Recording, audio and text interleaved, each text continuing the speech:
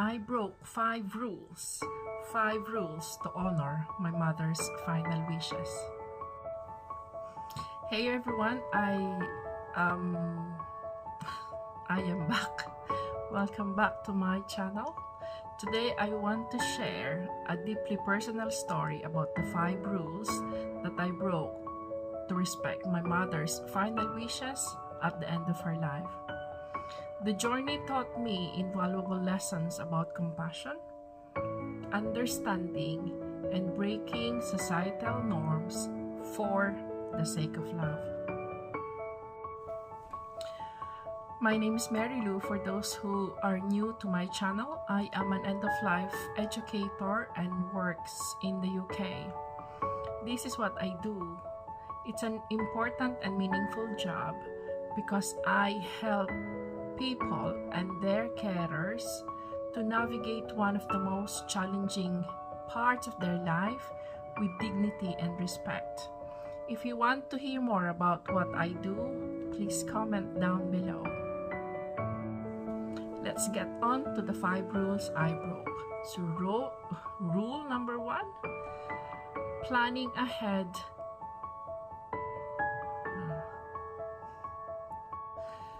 Okay, try again. So you can tell that this video is gonna be a tough one.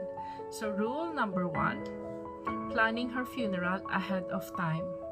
In 2021, I went back home to the Philippines to look after my mother because I can tell through experience that she is in the last weeks of her life.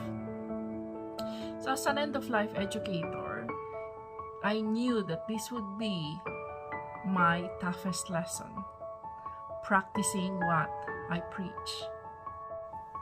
So since in the Philippines this remains a huge taboo, I was planning her funeral while she was still alive. I was told off, I was scolded by some of my relatives. How dare you? Your mother's still alive. She will fight this. But she was ready. My mother was ready, and I looked for opportunities to talk about her funeral. How does she want me to do it? And she was ready to talk about this. She had her dress ready. She had a bag, and in the bag is a dress that she wants to wear, complete with socks. But like I say, we around her, including me and her relatives, wasn't ready. So they were always telling her, fight sister, you can do this, you can fight this. And that is rule number 2 that I broke. I was encouraging her not to fight. I was telling her it's okay to rest and that we will be okay. So again, I was told by some of the relatives, how dare you say this? She is your mother. Of course she is. She is, and she will always be my mother. But I don't want her to suffer anymore. I don't want her to fight for us. She has to do what is right for her. And this is rule number 3. So rule number 3 is keeping her at home. So in the Philippines, if you are unwell, it's always hospital, hospital, hospital. But she made me promise that I will not send her to hospital.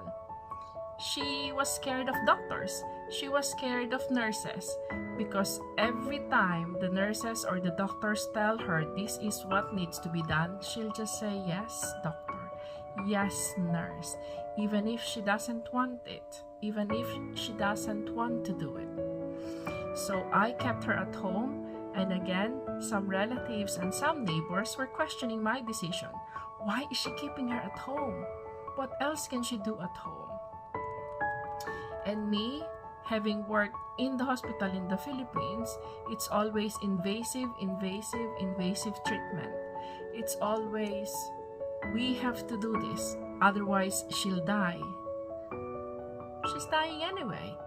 The outcome will never be different. That 3rd one though was tough because I had to stick to not sending her to hospital because I can tell that she had days to live. But in the last few days of her life, she was asking for a doctor. Doctor, doctor. So I had to say, the doctors are in hospital. Do you still want to go? But she didn't answer my question. So I knew that she don't really want to go.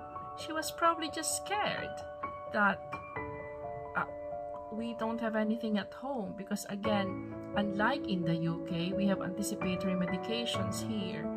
Unlike in the UK, we have equipment, we have community team. Over there, nothing. I was on my own.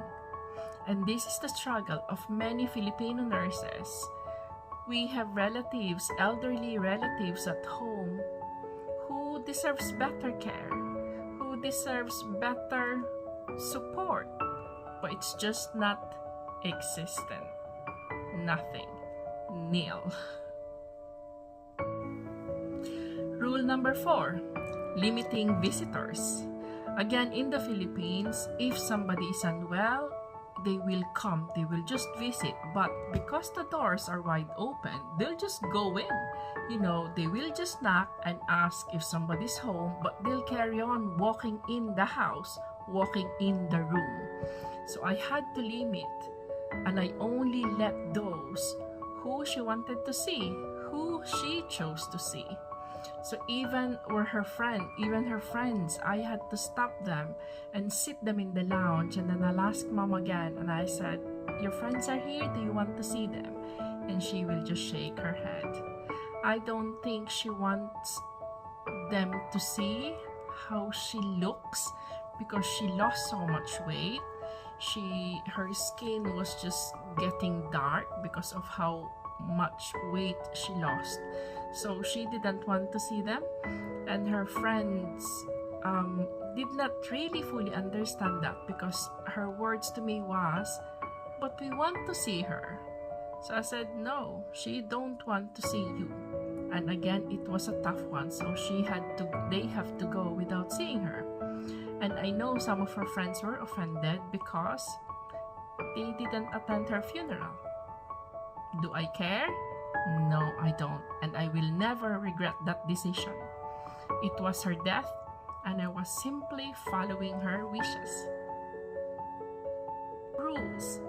Break them. Break the rules. Respect their wishes. Thank you.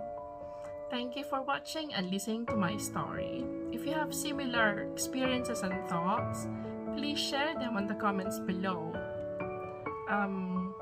These are deeply personal stories, and